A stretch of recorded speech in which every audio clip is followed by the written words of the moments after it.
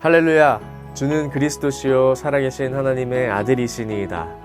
오늘도 새 날을 주신 하나님을 찬양합니다. 오늘 우리에게 주시는 하나님의 말씀은 사무엘하 14장 11절의 말씀입니다. 함께 읽겠습니다. 여인이 이르되 청하건대 왕은 왕의 하나님 여호와를 기억하사 원수 갚는 자가 더 죽이지 못하게 하옵소서. 내 아들을 죽일까 두렵나이다 하니 왕이 이르되 여호와께서 살아계심을 두고 맹세하노니 내 아들의 머리카락 하나도 땅에 떨어지지 아니하리라 하니라. 아멘.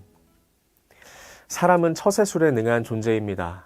특히 인간관계나 중요한 문제를 풀 때 삼자 대면을 하거나 주변 사람을 중간에 세워 자신이 원하는 방향으로 결과를 이끌어 가기도 합니다. 직접 말하기는 껄끄럽고 또 자존심이 상하니 중간에서 나를 대신해서 이야기할 사람을 세우고 자신은 살짝 뒤로 빠져 결과를 지켜보는 것이죠. 우리는 그것을 처세술이라 부르고 인생을 유연하게 만드는 지혜라고 생각합니다. 오늘 본문에 등장하는 요압 장군이 바로 그 처세술의 대가였습니다.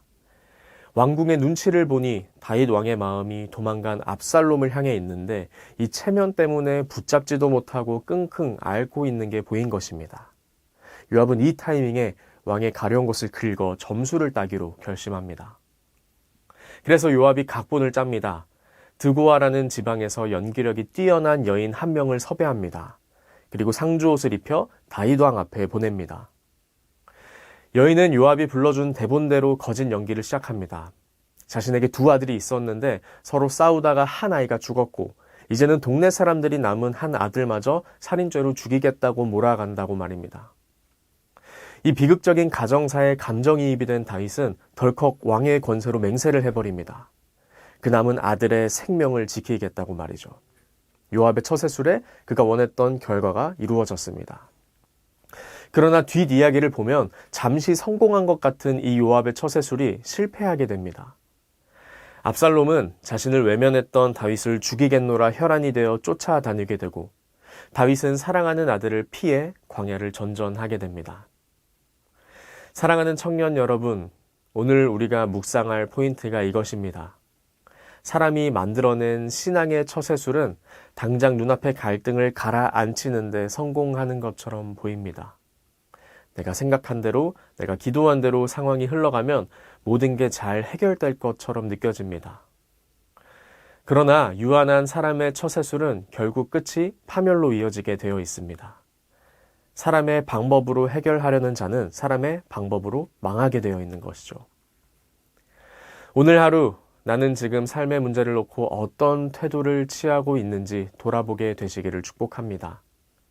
당장 눈앞의 문제를 해결하기 위해 하나님의 방법이 무엇인지 구하지 않고 내 머리와 처세술로 하나님의 어시스트만 구하고 있지는 않았는지 점검하게 되시기를 축복합니다. 하나님은 나의 지혜와 방법을 내려놓고 전능하신 당신의 능력 앞에 굴복하게 될 때 사람이 생각할 수 없는 은밀하고 놀라운 하나님의 방법으로 문제를 풀어가실 것입니다. 그리고 그 하나님의 방식이야말로 더 이상의 문제가 파생되지 않는 완전하고 완벽한 방법입니다. 오늘 하루 나의 처세술과 지혜를 내려놓고 하나님의 지혜를 구하며 완전하신 하나님의 방법을 경험하는 사랑하는 모든 청년들이 되시기를 축복합니다. 그리하여 삶에 무너진 모든 자리가 잠깐 해결된 것처럼 보이는 것이 아니라 본질적으로 치유되고 회복되는 사랑하는 청년들이 되시기를 예수님의 이름으로 축복합니다. 기도하겠습니다.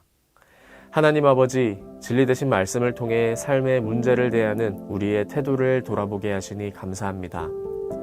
하나님께 구하지 않고 우리의 처세술로만 문제를 해결하려 했던 지난날을 회개하오니 이제는 하나님의 방식과 하나님의 주권대로 우리의 삶을 주관하여 주옵소서.